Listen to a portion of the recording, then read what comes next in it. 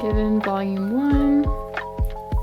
So now I can finally go back and reread the whole series from the beginning, since I just read the manga from where the anime left off.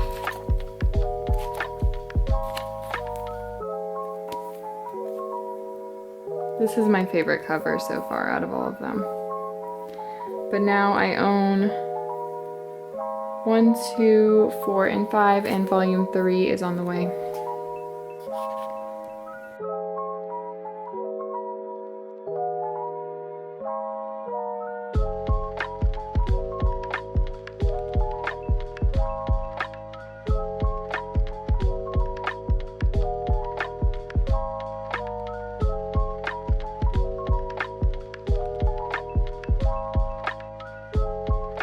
Okay, so I wanted to review Toritin Birds of a Feather Volume 1 from my last, I think it was my February haul.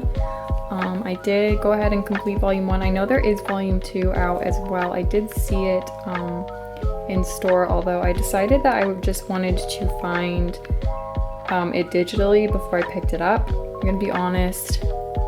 It was an interesting read.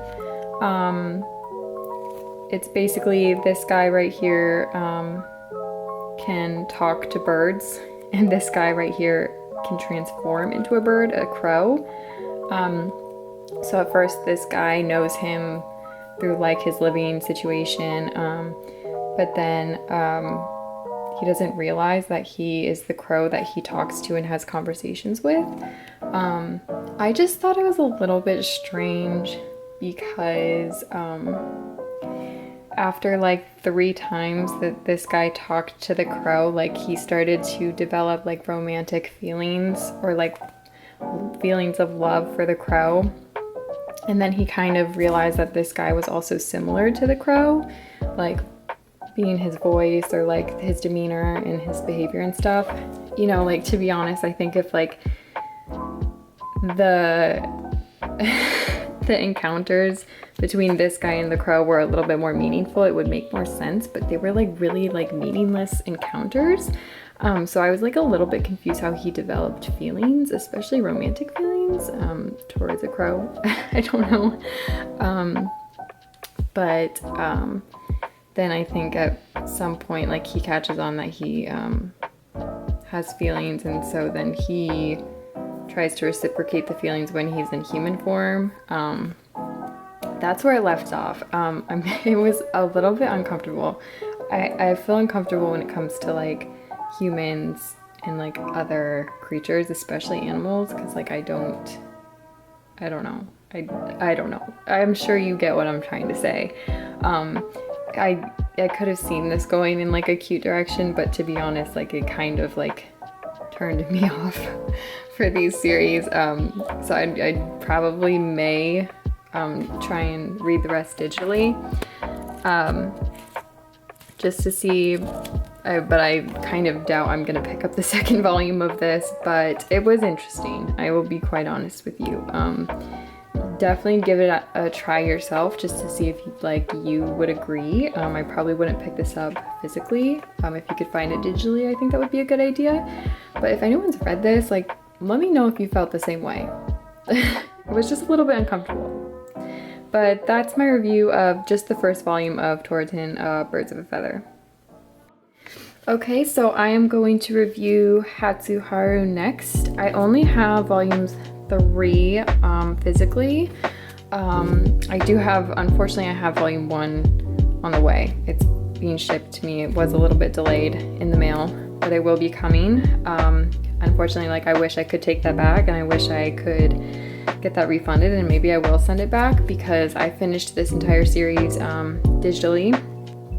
I don't remember what website I used. I'll try and find it and I'll let you know in the video, because I know sometimes people have a hard time finding them digitally, but I did plan to collect this because I had such high hopes. Everyone had such good reviews on their own hauls, and I was like so excited to pick up something that would be really good, but I ended up reading this and I was like kind of like bored, to be honest. It talked the main character,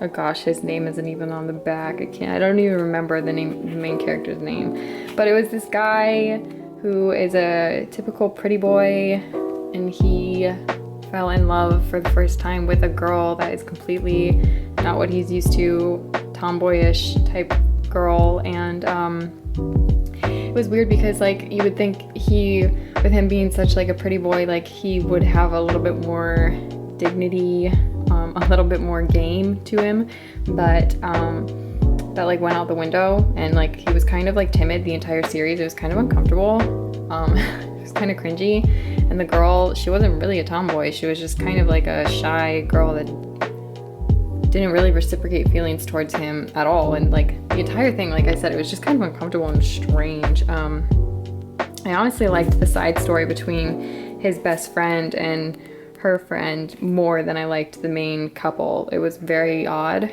But I did finish it. I did complete it because I put my mind to it, and I was like, I need to know so I can write a review.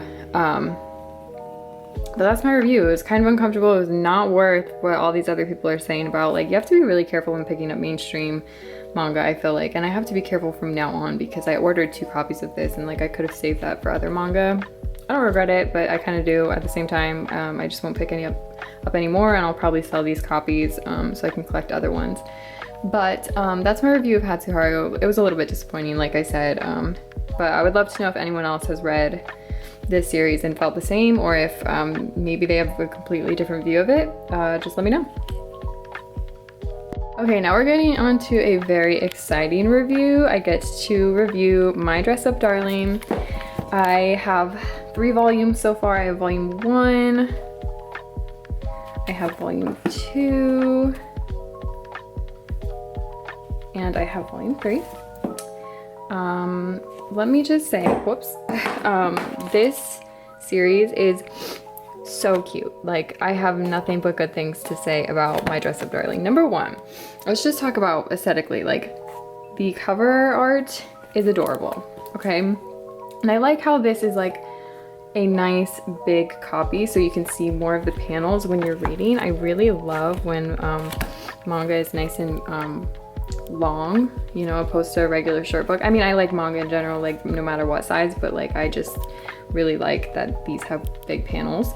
I am up to date on this. Volume 4 I think comes out or is released like maybe in a month or 2, so I will pick up volume 4. But let me just go ahead and tell you, this is such a cute story, like such a cute story. The main character is this guy right here, and he is like a doll designer, a doll creator, and he's very like insecure about it because a lot of people have made fun of him in the past, and he's like very different from other people. And then you get this girl who's also in his class, and she has this obsession with anime and cosplay, sorry. And she asked him to like design her cosplay clothes, and she starts to like him because like he's so good at what he does, and like he's like so passionate about it, and like he obviously likes her because she's so passionate about everything, and he made her feel she made him feel comfortable about being himself, and like they just developed like a really good friendship. But like hopefully I'm like really hoping that it develops into like a relationship because I think they're really cute together. But honestly, like I really enjoyed the series. Like I did not think I was gonna like it, but I highly recommend this. I think it was so cute, and I am definitely looking forward to see where this series goes.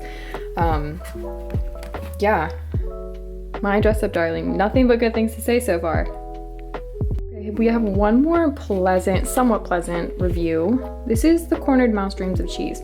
I thought originally this was a single volume set, okay, but I guess there's a second volume that a subscriber mentioned previously in my February haul comment section. He said that there was a second volume, and now I totally forget what it's called, but I did look it up and I confirmed he was correct.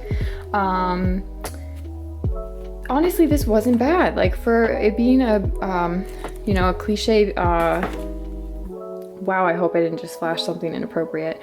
For this being a cliche BL story, like of like cheating and affairs and stuff like that, like this, it honestly wasn't that bad. Like I was intrigued, I was interested, I read it within an hour. I'm honestly interested enough to read the second volume. I don't know if I'll pick it up physically just because I really need to be careful with the physical copies that I get. I don't want to just pick up any manga. Like I want to collect the ones that like I really will go back and read again. But I do recommend people to read this at least. But I do want to see what happens next in the story, so I do want to read the second volume of it digitally.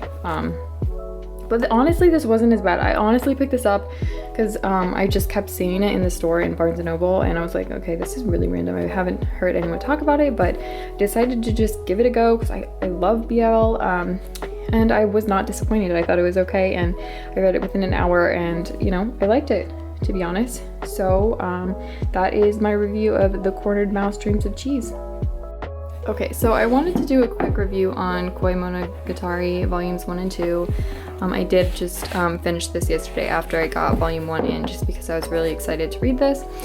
It is just a volume 1 and 2 series. I feel like there should be volumes 3 on the way. If it's not out already, I did search and see if volume 3 was like a thing, and I didn't find anything.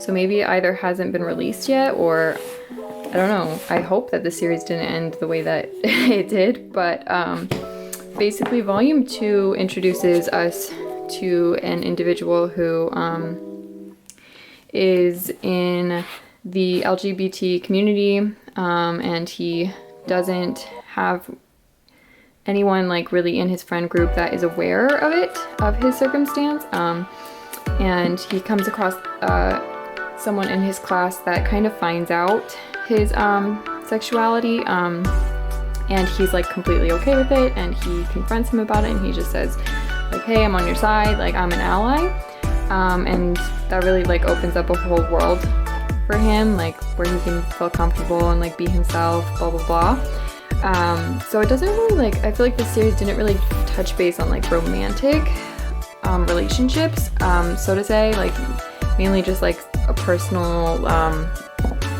or like friendship, I guess was the main focus of these two. I think towards the end of the second volume there was a little bit of a romantic interest that sparked, and that's why I feel like volume 3 could definitely be possible. In fact, I would love to see a volume 3. I really liked the character development between all of the friends. In fact, the individual that was struggling at the beginning, that was feeling alone, he ended up having an entire friend group that was on his side and like protected him and stood up for him when it came to like bullying and stuff like that. So honestly, it was a really cute read. It's a BL series, but very innocent, very sweet, very simple. I really enjoyed the characters, and I probably, even though they look like big volumes, I finished both of these within 2 hours together. So not bad at all, and it was really short and sweet. So I definitely recommend this series. I really do hope eventually that there will be a third volume. Maybe there already is. If you know anything, let me know. But yeah, that's my review of this.